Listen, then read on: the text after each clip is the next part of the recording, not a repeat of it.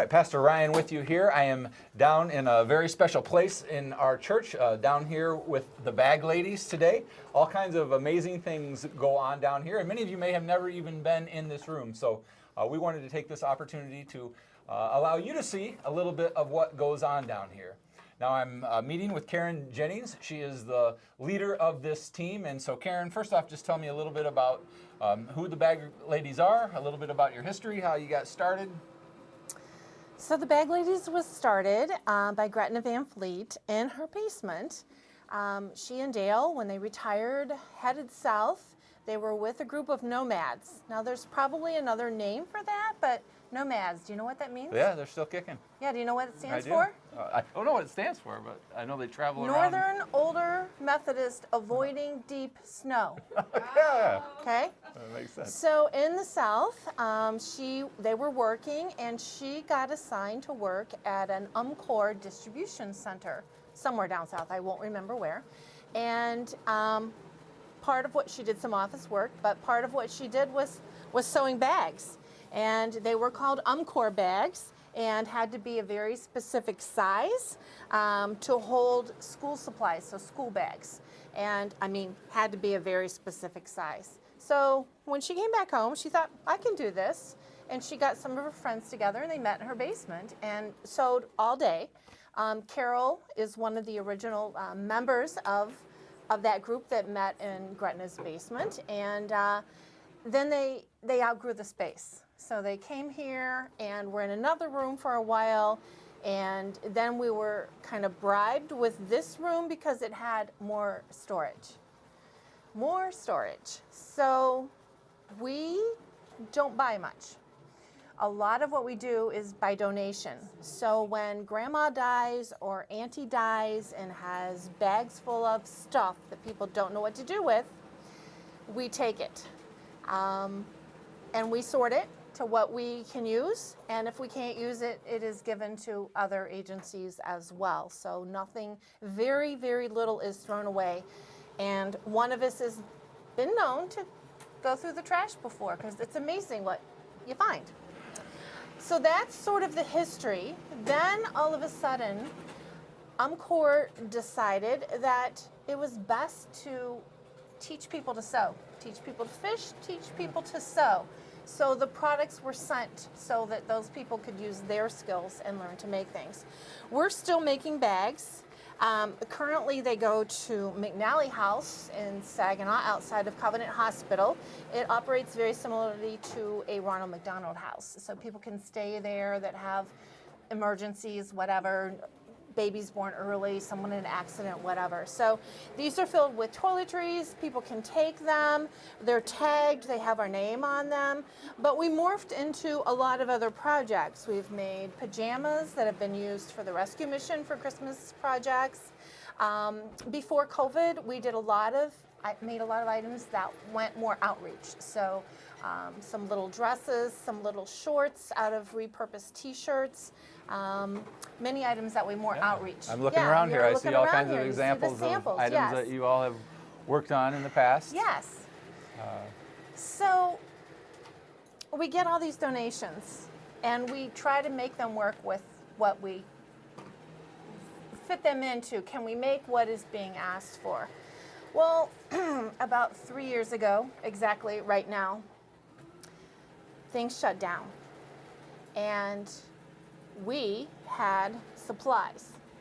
Most people know that elastic is bought in a little package, which I did have here, but this is 100-yard spools, and we had this.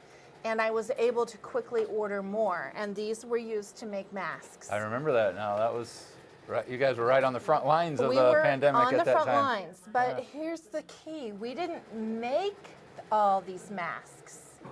We taught people to fish. And so we made kits. They were distributed off of my front porch. I remember that. We had cutters at home. We generated 5,000 masks that went around the world, and they were used at hospitals to cover up other masks, whatever. But they went a long way because we had the tools to send out. So when during COVID, we of course couldn't meet as a group. It's not fun the same sewing at home in your house, but we did meet out in the parking lot a few times just to chat and catch up, and there's a lot of support that goes here. But when we came back, there was still this stack of fabric that was cut into this shape. Yeah. And what are we going to do with it? Because we can't throw it away. But we made a blanket, a quilt, and I call it unmasked. Nice. So I think we ended up with 7 or 8 of these, and they'll be distributed when we hear of a need. But that's just one example of how things morph and change in here. I see you've got a blanket. I'm familiar with this one over here. I've seen those before. Yeah. So we were seeing the need for some fidget blankets for children on the spectrum and also for dementia. My dad had dementia. I made one for him. These are the kind of things. This did have onions in it. So this is a good fidget thing. There are zippers, there are crunchy things, soft things, a lot of different textures. This is something that we made. Actually, Covenant Hospital requested this when the elderly are sent in for testing and have to wait. They maybe just need something to do. Yeah. And so there's a potato chip bag in there, so you Cool. can hide things. Yeah. So Covenant got these. The local nursing homes, assisted living in town, got these before Christmas. Then we morphed into, because we had a lot of fleece and we had a lot of panel fabric printed this way. So these are NICU covers, okay?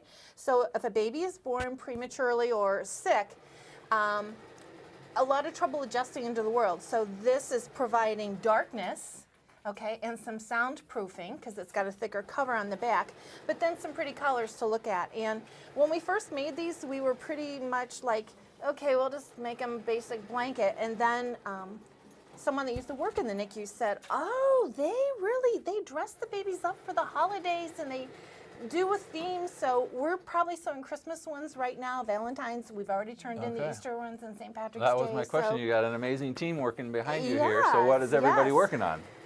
So today, let's see, looks like a lot of NICU blankets here. Yes, everyone, we're kind of finishing up. We've got a lot of Christmas going on here.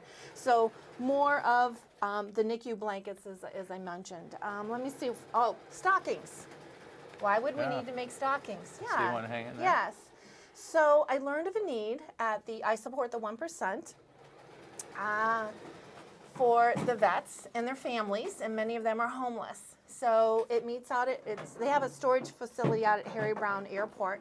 And I contacted the lady. We started last year in January, right at Christmas, right? Just jump right back in.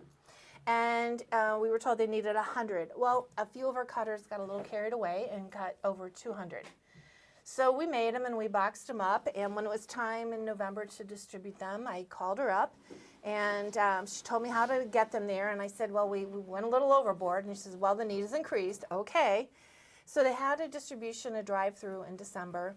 And for some of these vets, that's their only gift. And it's a homemade gift. And the vet, their whole family could get these. We made 230 out of their request for 100, and there were 4 left over. Awesome. So when you see the future of the bag ladies and the sky's the limit, how do you see the group evolving? And it's really, I don't have that crystal ball to predict the future. It's really hard to say. Part of it is what comes in the door, and part of it is what, we have eyes and ears everywhere. Actually, just last week, we were able to send down blankets to Michigan State from the tragedy that happened there. And I have struggled with what our purpose is, and I came up with, we operate like core. So we have things made and at the ready. So when something happens, we can ship products off and get them in the hands to be used.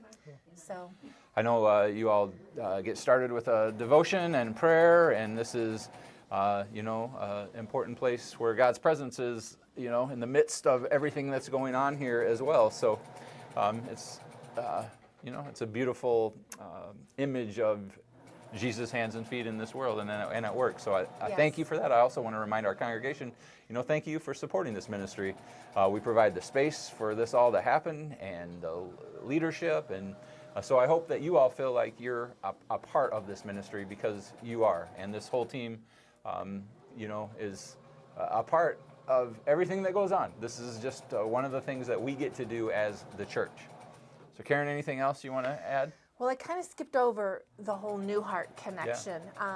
So New Heart has a baby shower at their facility, and I didn't understand how it worked. It's actually for expecting mothers in Saginaw County, and they'll take anything baby related. So we have been able to whip up blankets and bibs and lots of different things because we have materials at the ready to do that. So that is another thing where a lot of our products have gone, is to the New Heart baby shower. Awesome. Anything else? I think that's all. All right. We love you, and we'll see you on Sunday.